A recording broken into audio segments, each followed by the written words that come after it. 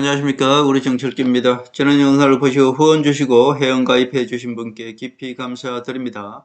그리고 항상 함께 해주시는 우리 회원분들, 구독자분들께도 감사드립니다. 트럼프 노벨 평화상 불발에 평화보다 정치가 우선인 것을 입증했다 이렇게 얘기했네요. 그러나 트럼프는 평화협상 정쟁 종식, 생명을 살리는 길을 계속할 것이다 이렇게 얘기했습니다. 트럼프는 간세로 지금 좌파와의 전쟁 중이다 그렇게 볼 수 있고요. 이재명 좌파 정부에 곧 그 불똥이 틀 것이다 전 그렇게 보고 있습니다.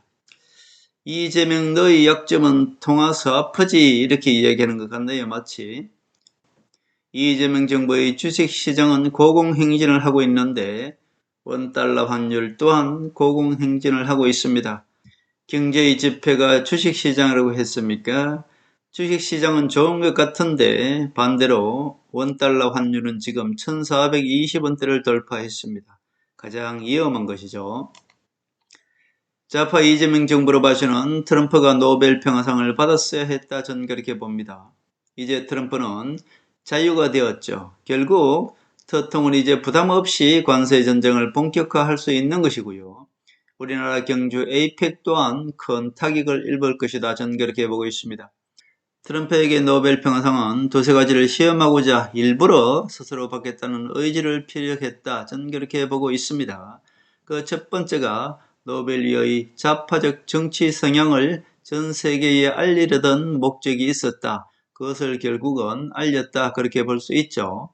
둘째는 트럼프의 관세 정책, 즉 트럼프는 지금 평화적으로 관세를 가지고 전 세계 좌파 세력들과 전쟁을 하고 있다 그렇게 볼 수 있죠. 결국 이것을 정당화하려는 목적이 있었습니다. 이 노벨 평화상을 받음으로 인해서 트럼프의 평화전쟁, 즉 관세 정쟁을 정당화하려는 목적이 있었다 그렇게 볼 수 있고요. 그리고 셋째는 터통은 노벨 평화상을 이용해서 임기를 연장하려는 목적이 있었다. 전 개인적으로 그렇게 봅니다. 개헌을 통해서 한 번 더 대통령을 할 것으로 저는 보고요. 공화당의 상하원이 모두 장악하고 있기 때문에 트럼프는 노벨 평화상을 받지 못했습니다만 그러나 한 번 더 대통령을 하기 위한 개헌을 할 것이다. 전 그렇게 보고 있습니다. 결국 트럼프는 이 세 가지를 위해서 노벨 평화상을 스스로 받기를 원했습니다만은 그러나 불발되었죠. 불발되었다고 이것을 실행하지 않나? 저는 실행을 할 것이다. 저는 그렇게 봅니다. 트럼프는 오히려 노벨 평화상 때문에 조심스러웠던 조치에 대해서 이제 자유로워졌다 그렇게 볼 수 있고요. 당장 이달 말에 있을 경주 에이펙은 큰 타격을 입을 것이다. 저는 그렇게 보고 있습니다. 반미를 외친 이재명 에이펙 정상회의를 통해서 마치 자기가 중심에 서고 싶어 했으나 결국 경주 에이펙은 이재명 정부가 생각한 대로 그렇게 성공적으로 끝나진 못할 것이다. 저는 그렇게 보고요. 반미를 외친 우리나라 경제는 이제 풍정등화에 놓여 있다. 저는 그렇게 보고 있습니다. 겉으로 보기에는 주가가 천정부지를 오르고 있는데 반대로 원달러 환율도 1420원대로 따라오르고 있습니다. 저는 이것을 폭풍전야라고 보고 있습니다.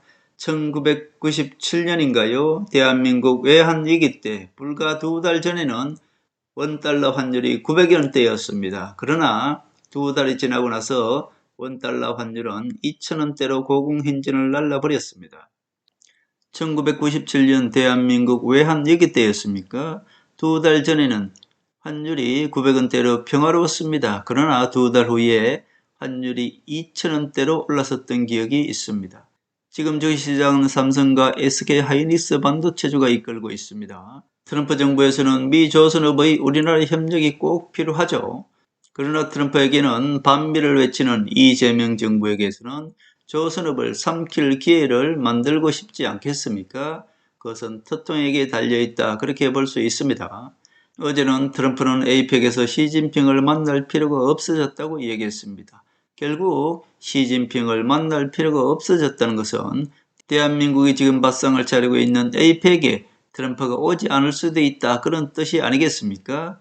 시진핑은 히토리오 수출 통제 조치를 발표했고요. 시진핑이 미국과 협상력을 높이기 위해서라고 하지만 히토리오는 반도체와 무기에 사용되고 있습니다. 우리에게도 큰 타격이죠.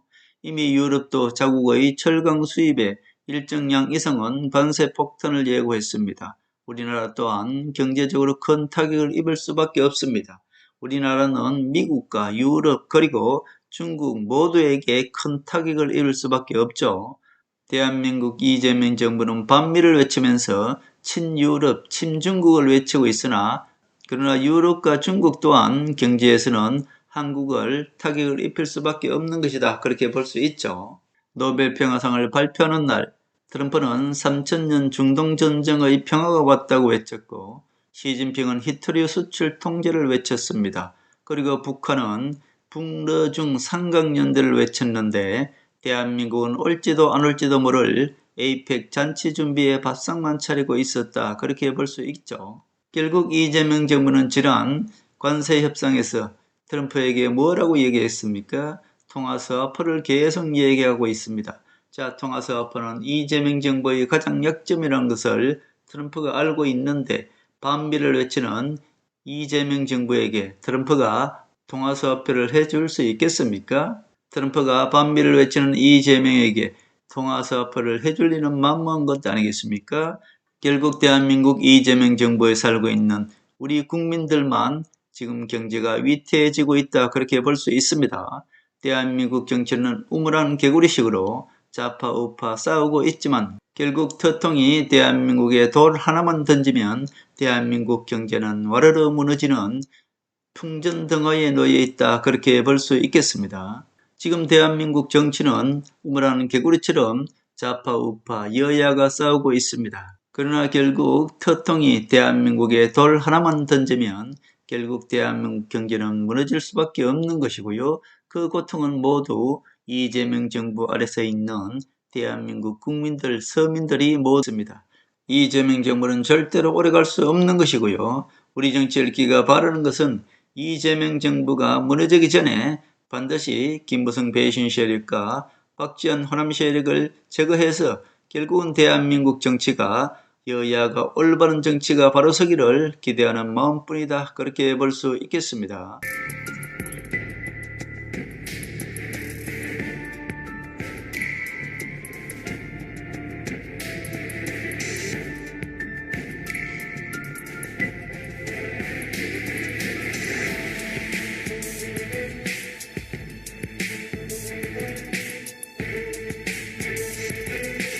하늘의 섭리대로 우리 정치의 미래를 읽습니다. 구독과 좋아요는 큰 힘이 됩니다. 감사합니다.